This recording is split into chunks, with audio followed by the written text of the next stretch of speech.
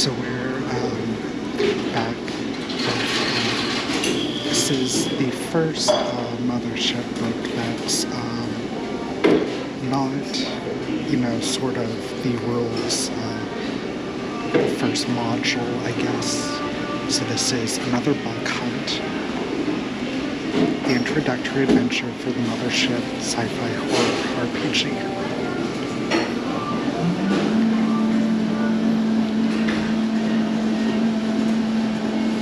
So it looks like we've got a handy org chart. So Second Lieutenant Kaplan, so platoon commander. Sergeant Underhill, missing, is a sergeant. Dr. Adam is a mission specialist. Hinton, also missing, is a synthetic science officer. So already, we've got sort of two halves, the military wing and the scientific wing to this expedition. Second Lieutenant Lange, killed, is a pilot. Sergeant Valdez is a platoon tech, acting commander. Oh, Kaplan is also has been killed. I didn't see it. Oh, okay, so that's what the red is for. This is really a handy chart. So on the next level down of the scientific wing is Dr. Ziegler, missing, exobiologist, and Sobol, engineering. I'm not going to read through all the grunts, but we've got about half of them that are already dead at the start of this. And then this next squad, their sergeant is dead, but they are all in a lot better shape. And then at the bottom tier of the scientific group, we've got a killed mechanic, a missing geologist, and present planetologist. So this is the SAMHSA 6 Exhibition Greta base. Another bug hunt features 4 interconnected scenarios for the Mothership RPG. Each scenario can be played in roughly 3 to 6 hours with any number of players and a warden. Take as much or as little time as you need. Introducing Wes. Hello, Warden. I am your Warden Educational Support, or Wes. I'm here to guide you through this module and provide helpful tips and tricks for running your first game of Mothership. Anytime you see the Wes indicator, you'll find extra insight and context to help you run the game. You do not need to read these sections while playing, but you should read each scenario once all the way through before you play. And I'll skip that. We've covered a similar section in a previous book.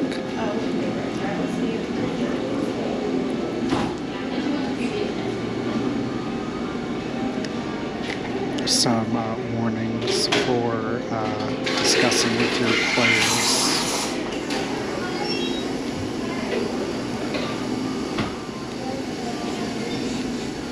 Which includes spiders, body horror, mind control, violence, and claustrophobia. Timeline of events until now. I'll read the What They Know column first, and then we'll go into what they don't know.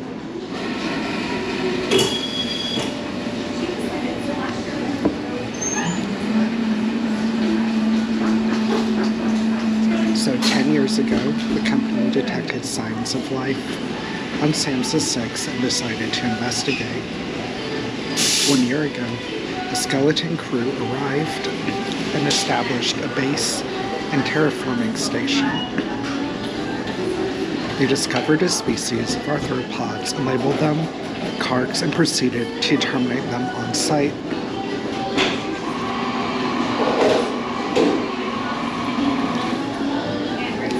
The colonists captured a larva and began to study it.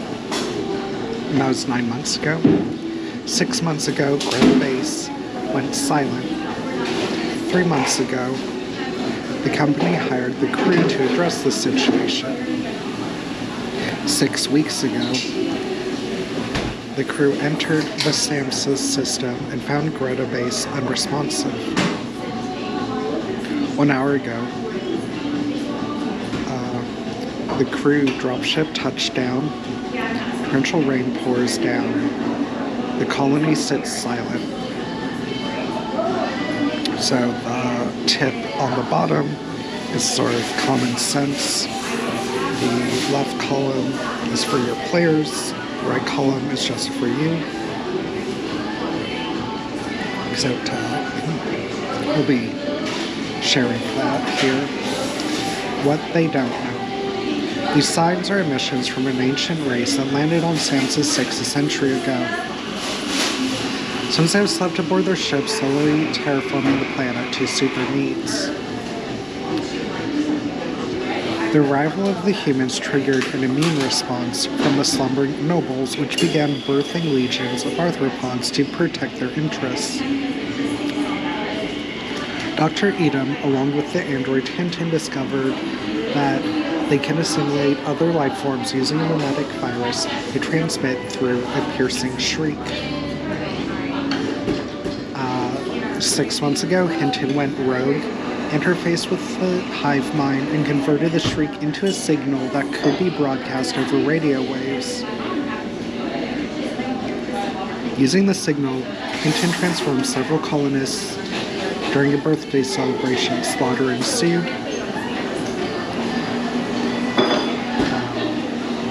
The colonists are currently under siege in the terraforming station as of 6 weeks ago. And as of an hour ago, Hinton has begun a process to awaken the slumbering nobles in the hopes that he may ascend and become one of them. None of the colonists suspect Hinton's betrayal.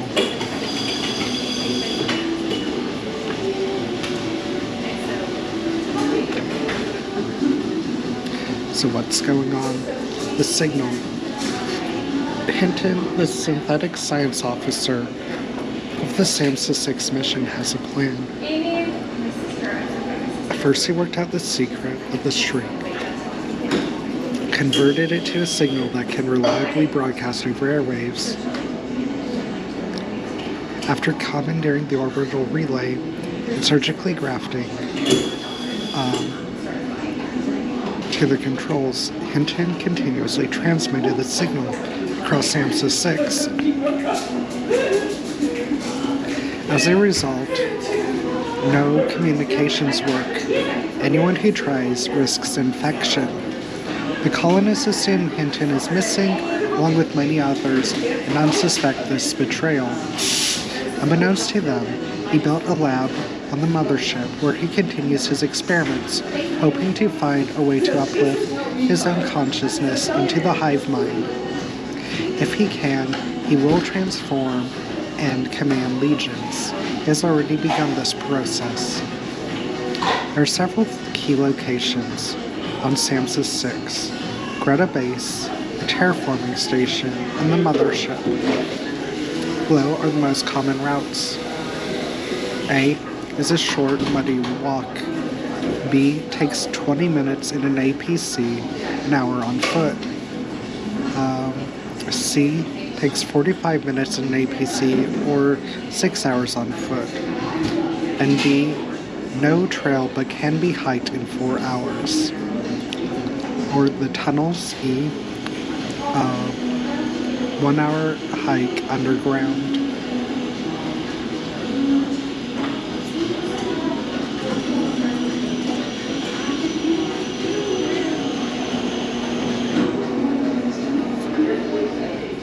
The tip is just, a reminder to allow player choice, let them find what they want and skip what they want. You don't have to find everything, and you probably won't.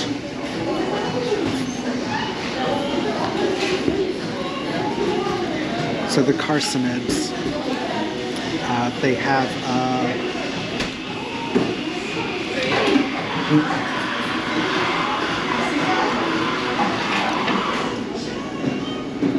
So combat is 75?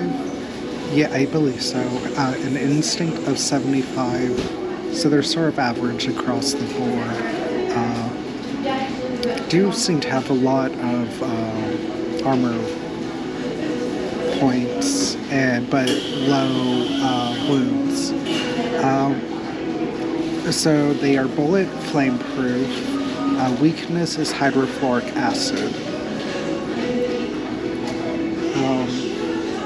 The Shriek. Sanity save. On failure, gain stress 1 and become infected. And so at the bottom it's saying to use this table to, make each one different and unique. So the Shriek. Carcinids can assimilate other life forms by emitting a high-pierced shriek.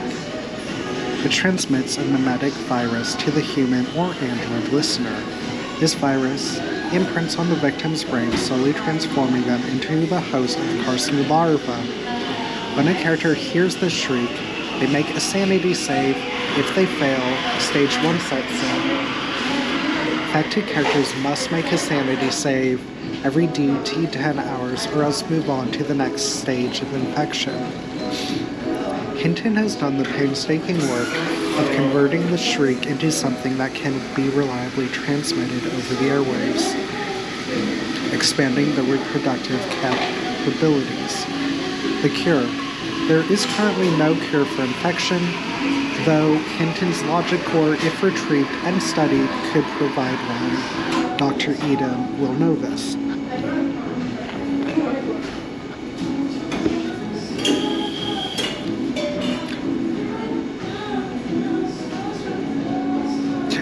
The table it was talking about is actually this, not the table on the page. So, I do actually have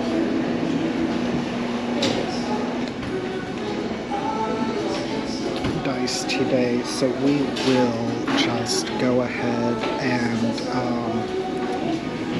roll for 5. And we'll just read those entries.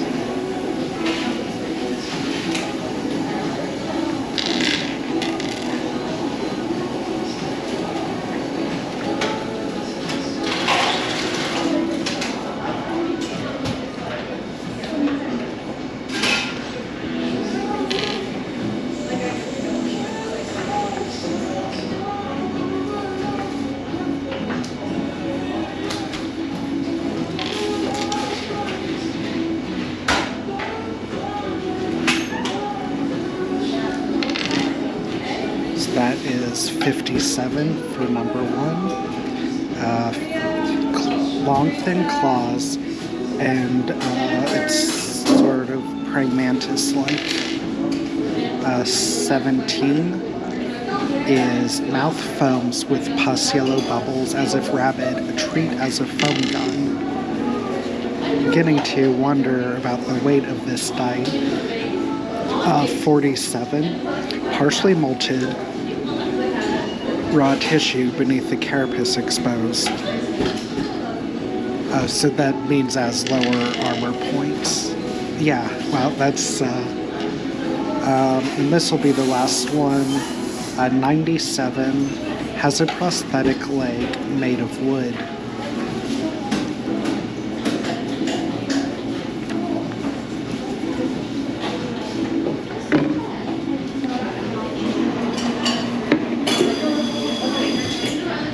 So, the stage of infection.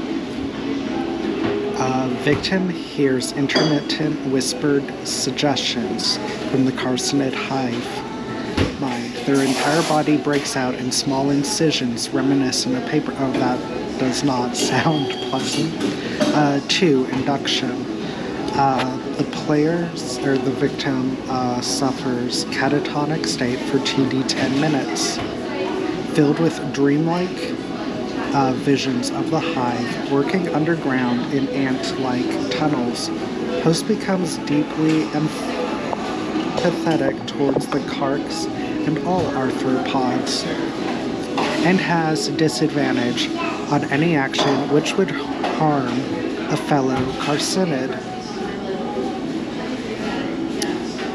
Oh, that's interesting. Even on stage 2, you're already considering them your fellows. A carcinid larva can be detected inside the host using a bioscanner.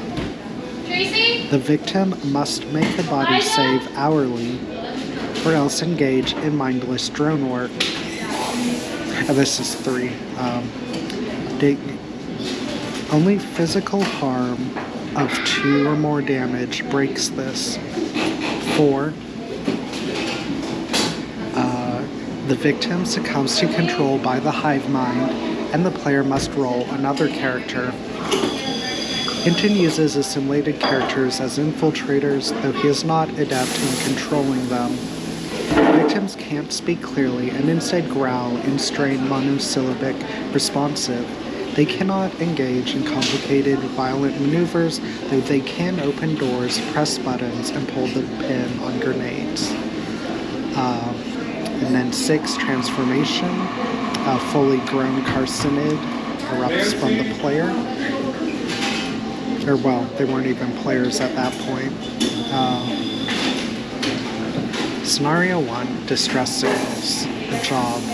The Greta Base terraforming colony has not made contact in 6 months. The company has hired the crew to rendezvous with Second Lieutenant Kaplan and assist them in repairing the situation. Re-establish satellite communications and get the terraformer back online.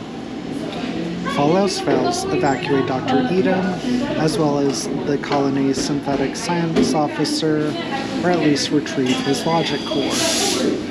The company strongly implies the lives of other colonists are not a concern. The company provides 2 months of salary, 1 month of hazard pay, transportation to and from SAMHSA 6, as well as 1 hazard suit, an SMG with 3 magazines, a first aid kit, and a stim pack per crew member.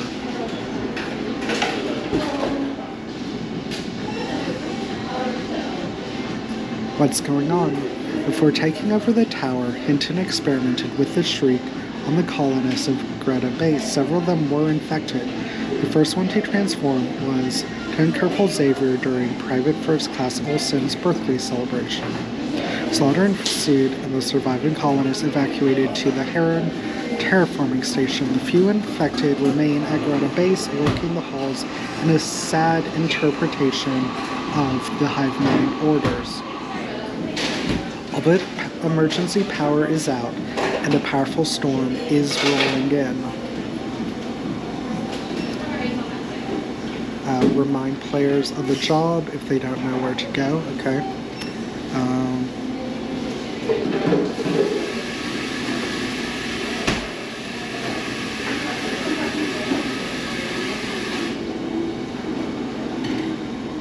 We're gonna skip most of this advice section.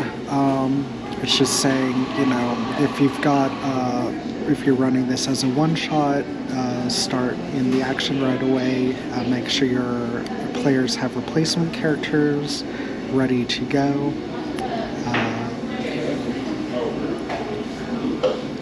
Prologue. The crew has been transported to SAMHSA 6 orbits aboard the It's a bit on the nose, I think.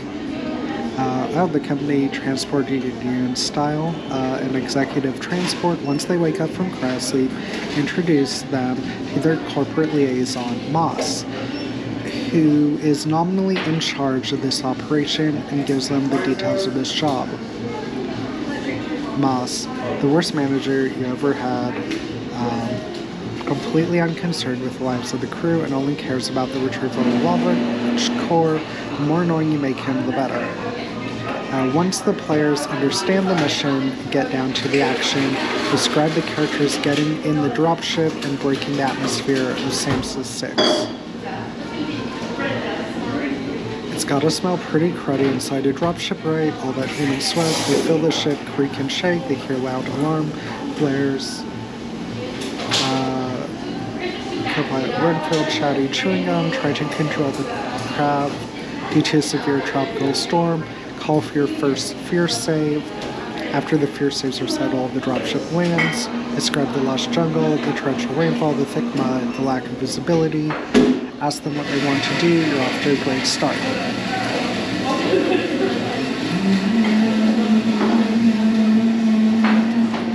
That is just a quick reminder of what fear saves are, the section.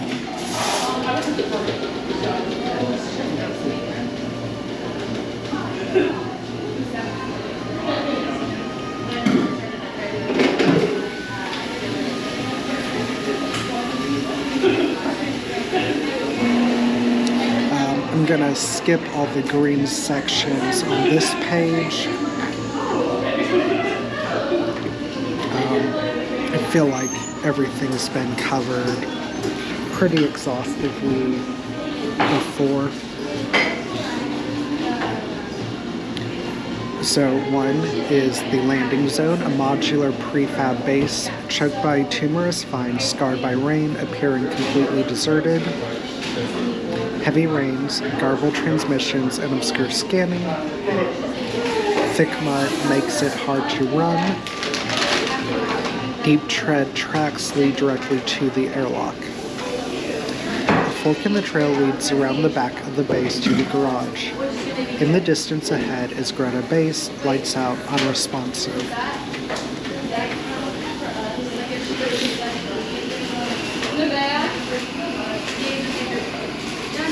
2 is a locked airlock. Rust creeps over the large metal door which bars entry into the main building.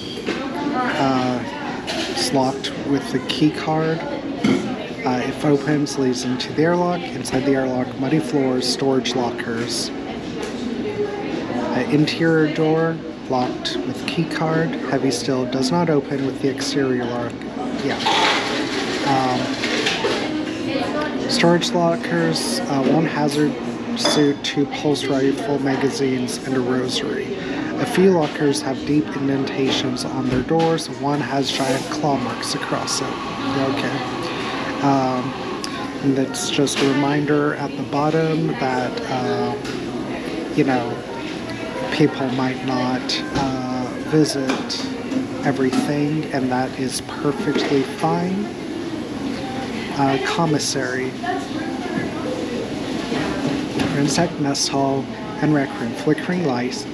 This place is a mess. Happy Olsen banner droops from the ceiling. Rain drips from the ceiling. Leak is from bullet holes. Empty cups, dishware, broken glass, bullet casings, blood splatter, bullet holes, large claw-like gouges in furniture. A woman's head ripped at the neck. Should this be a fear save? Probably. Well, I think I'd probably actually do it at the lockers instead, because I think that's your first real indication of anything going wrong. And I think that's when, there'd be your hurdle, and that, but so here or at the lockers, definitely. Makeshift barricade, shoved up against the door to the crew quarters, upturned table, cake splattered across the floor, human arm protrudes from beneath, under the table is a headless corpse, in fatigues, a gigantic hole in the neck, the body is covered in paper cuts. If inspected, the chest cavity is hollowed out, and that is Lieutenant Corporal Xavier. A small kitchenette in the back leads to the pantry. All cabinets and storage bins are empty. By the thud, if the players are quiet, or listening for a noise, they'll hear a faint thud every few seconds coming from the garage. 4. The pantry. The shelves are completely bare, the contents removed and divided into large piles on the floor. In the far corner lies the slumped-over body of a Marine. Second Lieutenant Lane. The Marine starved. If you have someone with medical skills to find that. Paper cuts are across the corpse. 5. The walk-in medical grade freezer, locked. Empty inside except for the corpse of a frozen Marine and a discarded medical case around minus 40 degrees Celsius. Frozen Marine wearing a tinfoil hat, docked tags Lieutenant Corporal Resnick, clutches a plastic vacuum tumbler, contains frozen hydrofluoric acid. If tumbler is taken, Marine's fingers snap off. Fierce save.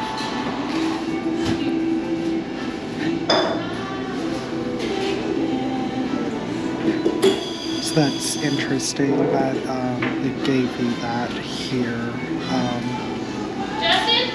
Since it didn't really seem like they'd got a handle on that yet. A medical case, cold interior, when cracked open, lets out a small hiss of frosty vapor. Frozen chemotherapeutic agents used to treat extreme radiation damage if got someone who wants to roll for that. Vent and ceiling leads to the med bay.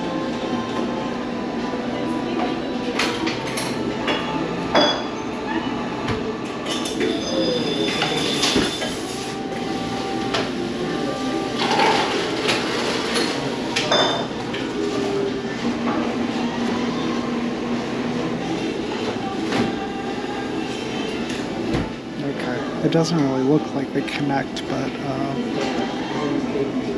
so 6 is the crew habitat, the main habitation unit of the base, with the rhythmic thud coming from the garage. Graffiti on the entrance, comms off.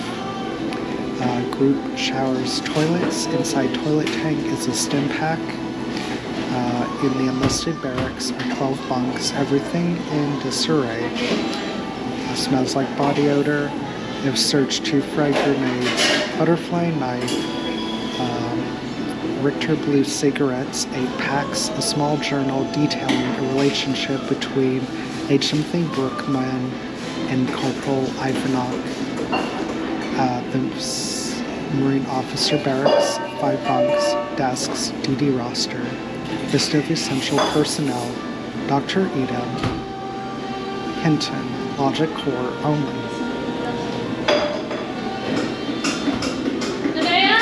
Second Lieutenant Kaplan's quarters tidy. Inside desk, photograph of Kaplan with her partner and 2 small children, and a SAMHSA 6 planetary survey. Inside camlock drawer, revolver, 12 bullets. Hinton's personal locator tracker shows Hinton's current location, the foothills of a nearby mountain. E, the research team barracks, 5 bunks.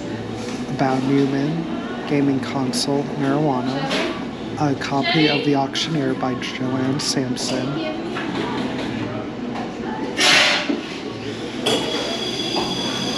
Dr. Edom's quarters. Weather chart storm system incoming. Birthday card to Dr. Olson unopened. Thanks for always listening. Hopefully they'll let me leave after this one. 7. Armory. Rugged interior metal cage lined with lockers. Industrial blast door. Ripped off discarded giant pile of melted metal. The remnants of one stocked armory. Scientist or android has studied in a lab. The weapons are bonded together at a molecular level by a strong adhesive, a result of the carcinid webbing. All doors are open, all lockers empty.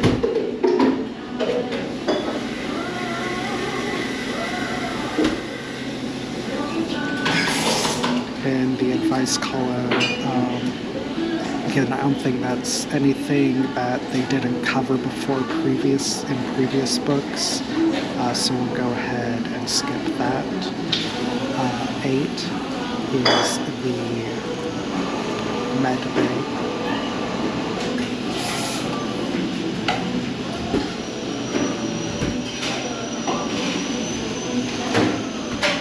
Small medical area with operating room inside and observation analysis lab outside, separated by a glass wall.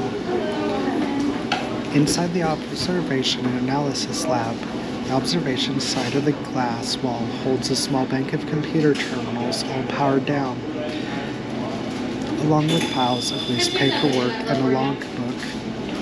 The latest entries in the log notes Dr. Edom excited at their discovery of something they call Krebslieder, or crab song, a shrill shriek the Carcinids use in order to replicate.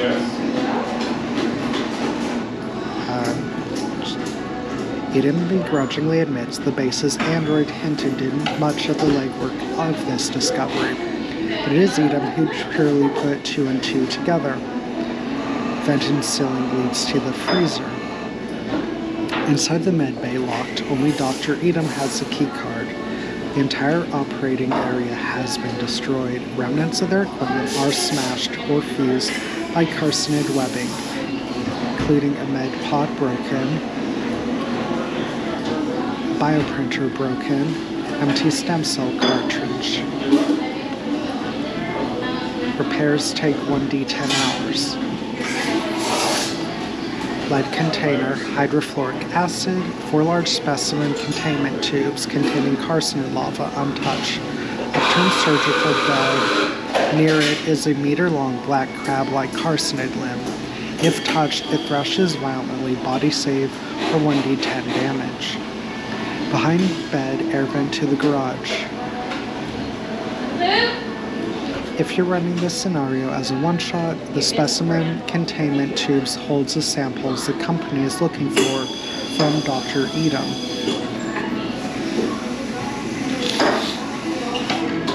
The command center, 9. The central nervous system of the base and primary communications station for the company. Marine Corps slumped over the control, single gunshot wound to the head. One hand holds a revolver, 5 shots remaining. The other hand holds the SAMHSA 6 org chart, inside front cover. Bardi is examined, paper cuts all over, and that's Second Lieutenant Kaplan. Central computer and communication instruments are smashed. If you're running this as a one-shot, this can be repaired in 1d10 rounds. Grant advantage with a successful speed check. Once repaired, it can be used to call the dropship for evac. If you're running this as a companion, it can be repaired in 2d10 hours. Grant plus advantage for teamwork or clever ideas. Once repaired, it only plays a signal unless the tower has been retaken.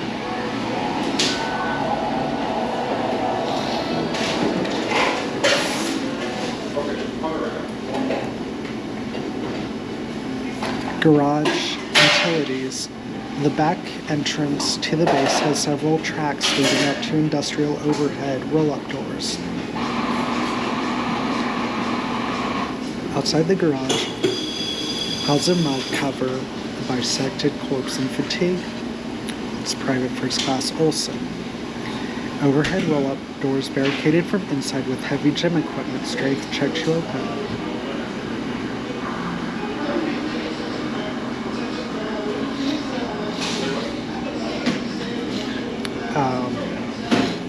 And the advice text is just a reminder to keep things moving even with failure. Inside the garage, on one side is an APC, on the other a gigantic hole. That hole, standing in the puddle of water, are marine dregs relentlessly, completely ignoring their surroundings. A dog tags Sergeant Ibarra.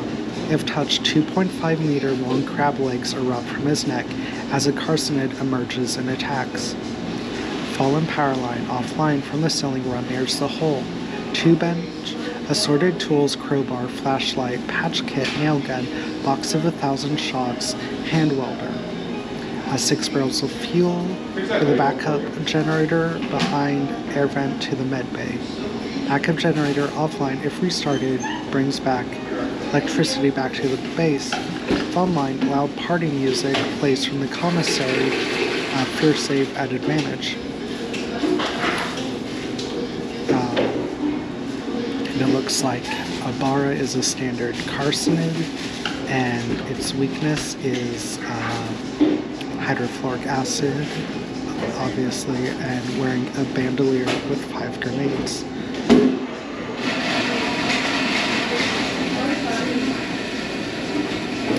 I will go ahead and read this one since it's very specific. And at the bottom there it says remind players they can always run away, as you know these are very deadly encounters.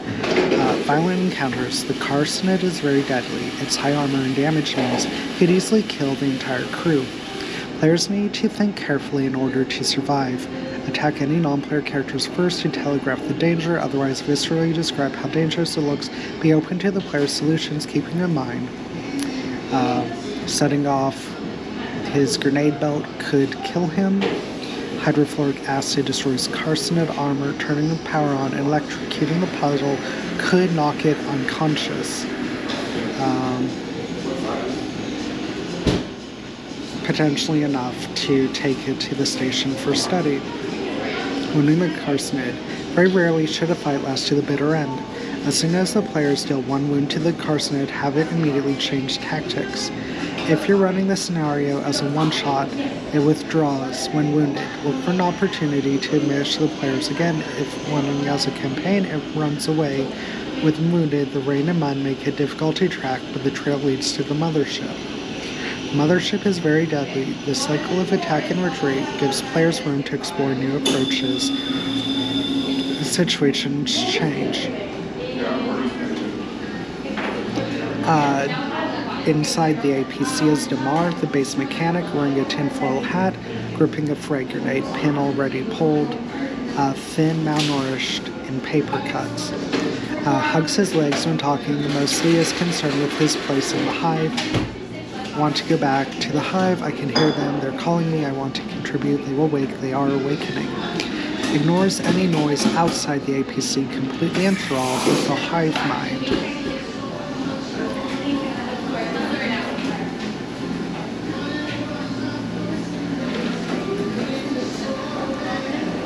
If gently pressed, can show the way to the mothership, otherwise continues in a trance for 3 more hours and becomes fully assimilated. Controls are in working order. Nav shows the terraforming station. If the comms are operated, shriek, and you need to do a sanity save.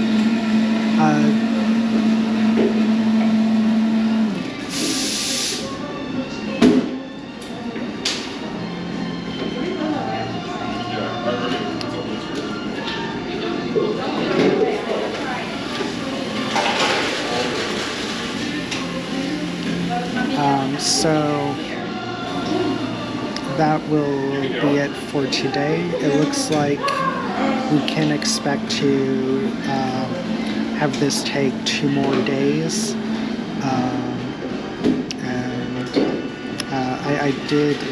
I like the presentation of this so far, and it does look like a sort of, well, you know, at least if you're all into playing this fun adventure. But that will be it for today. I think we'll be back tomorrow with the final cryptic opening, and it will be from the second set, the first and only one.